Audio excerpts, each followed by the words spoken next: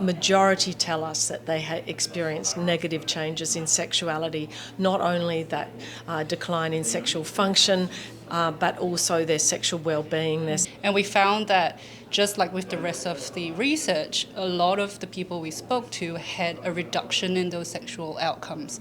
And there was this sense of loss and resignation and not knowing where to find help, even though they knew they needed help. Health professionals actually discover that there is an alternative world to pumping people full of tablets and restraining them and not having enough time to treat them as human beings. As a musician, was enable anyone to access music regardless of physical ability. So if someone didn't have fine motor control, I wanted them to be able to play the piano or the guitar like I can if they chose to. And that's what started this project. Mirror box therapy. So that's a known intervention, usually in occupational therapy, where if someone has a good or dominant hand and then someone has a non-dominant hand which doesn't function as well, you use the mirror box with the good hand. When you look into it, it looks like that's my left side. And so you trick the brain to realise, well, thinking that's what's going on, and over time, you can actually improve function. Kids, older people, they all move differently. Everyone's got their boundaries about how they can or can't move their body. And I think it will assist with that, because I have seen other VR applications encourage people to move in ways that they haven't. So the Global Arts and Health Alliance is really trying to make a difference in that respect. And I suppose an ethos underneath it for me is to be able to create some more certainty and some different pathways for artists to be artists, because I truly believe from personal experience that it can make you feel better. Women might acquire a disability, an ABI, because of the violence they're experiencing. And I've learned, even in the short time I've been here, and this is day 2, is that concussion, which someone might not lose consciousness, but it's that concussion they get daily, weekly, of being punched in the head that accumulates, and then they do have an ABI, and try and assist them to understand what's happening and what assistance we can provide. You don't, see this everywhere. There's not pamphlets lying around telling people about this or how to understand partner violence or how that may interact with brain injury. So for me, it's really exciting to have the opportunity to share what I do and this information with so many people. And we have now a brand new therapy program where we help people who are struggling with being scammed and the aftermath of that. And those are group therapy sessions that are co-facilitated by people with lived experience. Wonderful. Yes. But what our research is trying to do is to better understand the people that recover or have that delayed recovery period. So there's ones who are the predictors of people who are more likely to have a prolonged or delayed recovery, and how we can better understand that to improve recovery, but also get more timely and specific help in those early stages to reduce the chances of those persistent symptoms. Yeah. And they cut the skull off on this side here. You can see where it's pretty flat here. They literally took away the skull, and then they looked at the problems inside, and they tried to sort of remove as much damage as they could and try and deal with things as best they could. And then they put things back in sort of as good a form they could. I was thrown up in the air and I wasn't caught. You weren't and caught. I landed on a solid concrete surface. Oh, far out. It's familiar with shamanism. Shamanism? Yes. Yes. I see it as part of the shamanistic trance, becoming enlightened. Enlightened? Through coma. I've had an opportunity to share myself with music and other musicians, and like we go to a studio once a week, sponsored by a bias, they pay for the studio use, and we get together and we just get into this harmonious thing.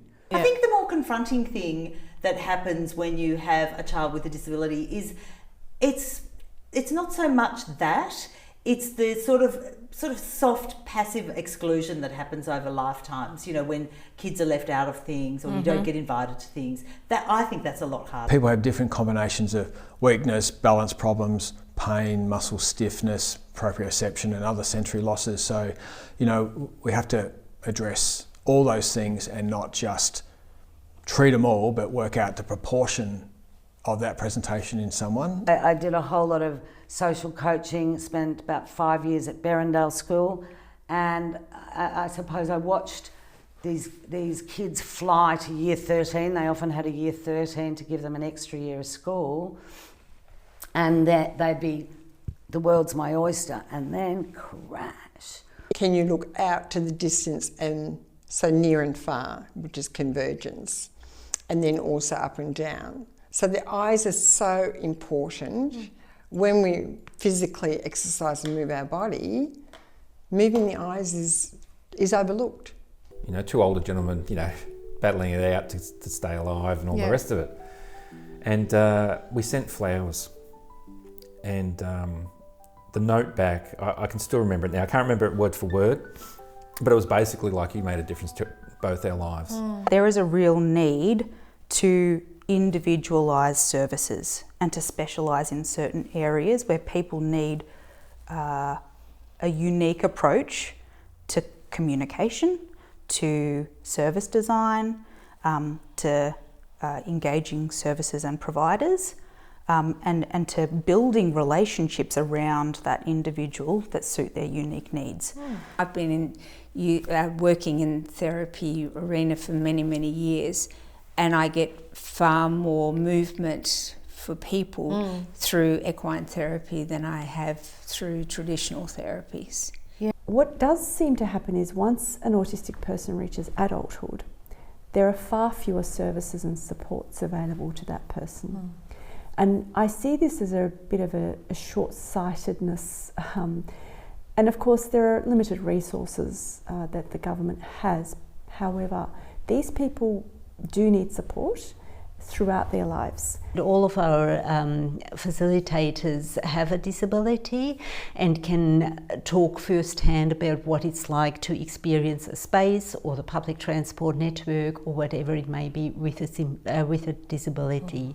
But if you've got a version of dance that is not ableist and allows participation of anybody, including disabled people, to dance, because you now define dance not as counting and doing the right steps, but as any movement. There's a lot of segregation and having disability groups separate from mainstream theatre or dance or whatever.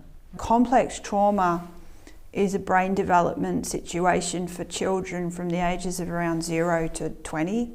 So the brain never gets to develop the skills to cope or feel happy or safe, because that young person has been in multiple situations with caregivers where they felt their life is in danger.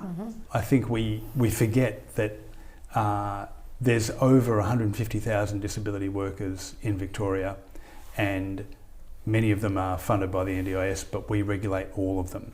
We require them to abide by a code of conduct, and we take complaints about anyone who contravenes that code of conduct. So when we built the train, we did it from the design stage, and then we went to the concept stage, and then we did the virtual reality stage, and then we did a mock-up. And at each stage we had people with disabilities coming through to say, this will work, this won't work. And they were really pleased that they could see that what they had said had been implemented. Where people were resisting and revolting the, I guess the pathologisation of madness as an illness, as a diagnosis, as a disorder, as a disease. But in 25% of people, 1 in 4, it never closes. So the hole is there with the flap of skin, and the skin moves and the hole ebbs and flows. So if you're unlucky enough to get a clot on the right side, the inbound side from elsewhere in the body, as the hole opens, it crosses to the left and gets pumped out with fresh blood, first stop brain. The purpose of EduLinked is to utilise, in particular, technology, artificial intelligence, to try and improve that, really give persons with disability freedom and access to the information themselves so that they can advocate for themselves. I have started on Laneway, a CTV news project, which is Melbourne, Australia-based news and culture and advocacy. So I'm the first visibly disabled person part of that show. I sit on there with my wheelchair, so that is, I think, rather iconic in any kind of TV, but I'm quite proud of that. Being around them, like they surround people who are anxious. And I don't know if it's the herd mentality where they want to relax everybody and just say, hey, we're all good here, this is our home, you're okay. Or if it's an inherent empathy that they have and love for people. And I was driving in and I was literally only halfway into the car park and a guy was sort of waving at me. And I sort of wound out my window and he said, mate, you can't park there, that's for people with disabilities. I showed him my permit on the windshield and just sort of raised it for him, and he sort of looked at me kind of puzzled and then just walked off. The technology is there, and we've made leaps and bounds in accessible infrastructure and accessible transport vehicles and accessible technology, and somehow in the last 20, 30 years growing up, I've witnessed society become even more abusive and neglectful and spiteful and mean-spirited. So all the advances in technology and industry have been undone. The way that we would identify people who are autistic was based on a very young male-centric set of conditions that needed to be met. And so recently, I'm not sure how recently, but the number has changed from 1 in 70 Australians who are autistic to 1 in 40. I think it's over 50 years Aspect's been going, and it started particularly with families who had kids that needed support, and so I guess they banded together and developed an organisation. 80% of students with disabilities are in the mainstream education setting, diagnosed or not, and so that comes into